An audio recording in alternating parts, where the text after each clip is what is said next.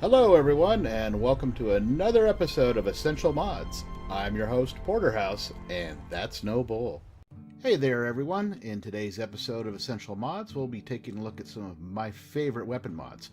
Now, as I have said before, these are what I consider my essential mods, and this is by no means a complete list of all the excellent weapons available out there for the game. Before we get started here, I just want to apologize for the lack of Skyrim videos lately. My day job has been running me ragged with extra work lately, and I have just been exhausted when I get home. Mod reviews are a lot of work, taking anywhere from 20 to 40 hours working on them, depending on the number of mods that I cover and how complex they are. Now, couple that with spring chores and exercising to improve my health, and I don't have a whole lot of free time anymore. I will, however, do my best to bring you quality content on a regular basis, but life is life. Anyway, on with the episode. First up, we have Billyro Weapons by, strangely enough, Billyro.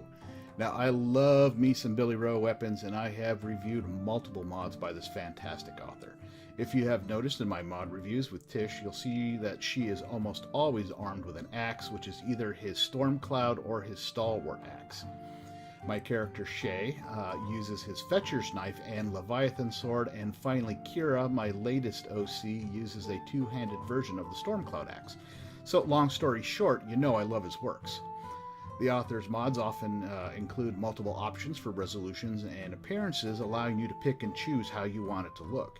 Most of his mods also allow you to convert the weapon back and forth between one-handed and two-handed editions at the forge with the appropriate metal ingot.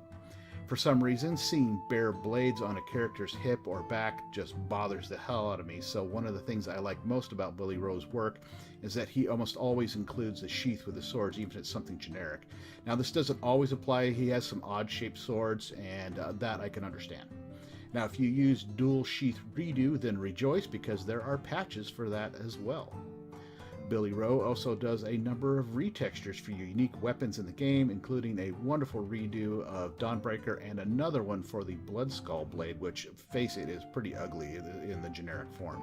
So anyway, be sure to check that out. A mod author by the name of Lice23 has compiled Billyro's weapons into one easy-to-download mod with a single ESP file, so bless his soul. Now, be aware, not everything that Billyro has put out is in there, and it's all the base options, so if you want to customize a certain weapon, you will still have to go to the mod page for that individual weapon and download the options that you want. Next up, we have Nightingale, Dagger, Sword, and Shield by ClipsyMoon. This is another mod that I absolutely adore. I reviewed this author's work about 8 months ago, and it has improved a couple times since then. And Clipsy made a beautiful sword, dagger, and shield set, and I love the Nightingale motif on every item in this truly fantastic mod. Now, I like weapons that look like they've been a little used, so the lines are a tad clean for me. However, as I said, the Nightingale motif is gorgeous and more than makes up for it. There is also the issue of not having any sheaths for the weapons, but I love the feel of this set so much that I'm just willing to let it go. Unfortunately, I haven't communicated with Clipsy in a while, so as I was sad to learn that he is no longer supporting this mod. Now, don't let that dissuade you from downloading it and trying it out. It is really that good.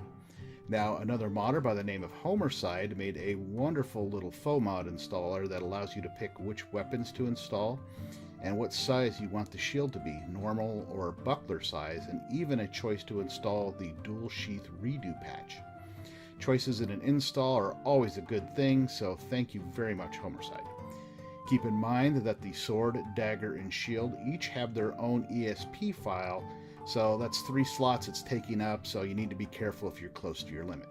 Anyway, I encourage you to download this mod and try it out and see what you think.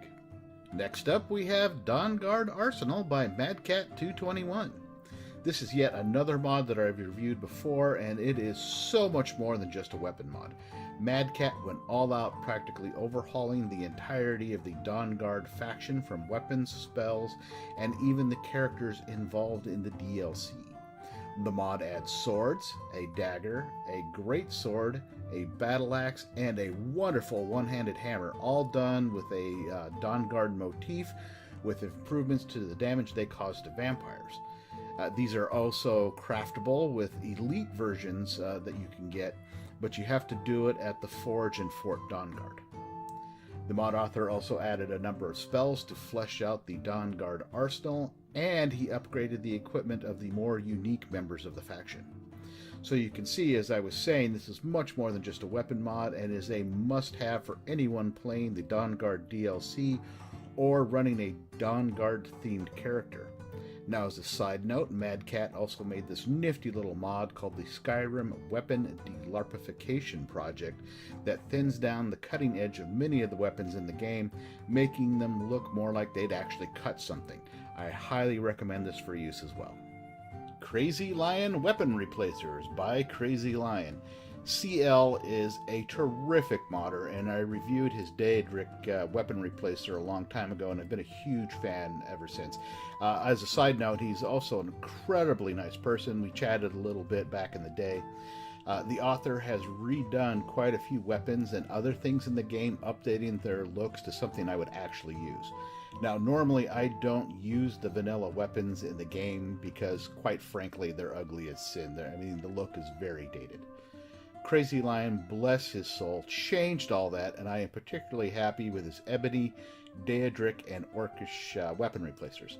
All of his mods are also available as standalone versions as well, so if you want to have the vanilla weapons and his weapons, you can do that just by downloading the standalone version. Now, upgrading the look of vanilla weapons is something that a lot of people do, but only a few do it really well, and in my opinion, Crazy Lion is the best. Now I'm going to show you a quick slideshow of some of the changes. You may have seen the Orcish ones before. I used his weapons and shield from that Orcish replacer in my Nisa Tanaka's Bikini Ascend review, so if you see that and it looks familiar, that would be why.